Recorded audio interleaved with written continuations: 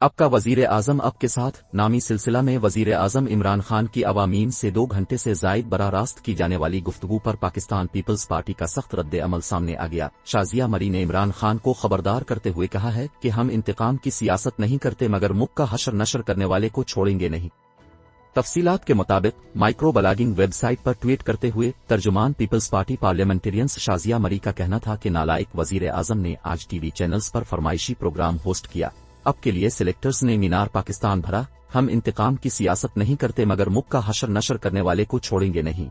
Akbar S Babar के बाद अहमद जवाद ने इमरान खान की असलियत बेनकाब कर दी है। शाजिया मरी का वजीर आजम इमरान खान को मुखातिब करते हुए कहना था कि तुमने मुखालिफिन की बहनों बेटियों के साथ जो सलूक किया खुद को भी ऐसे सलूक के लिए तैयार रखो। 27 फरवरी को मुल्क के अवाम तुम्हें इक्तदार से भगाने के लिए इस्लामाबाद आ रहे हैं।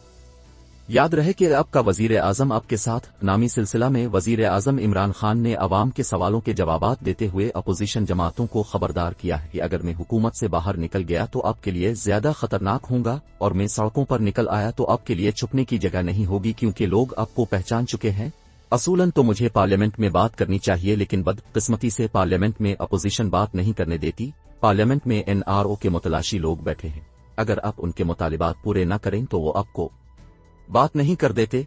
शहबाज शरीफ को मैं अपोजिशन लीडर नहीं कौम का मुजरिम समझता हूं।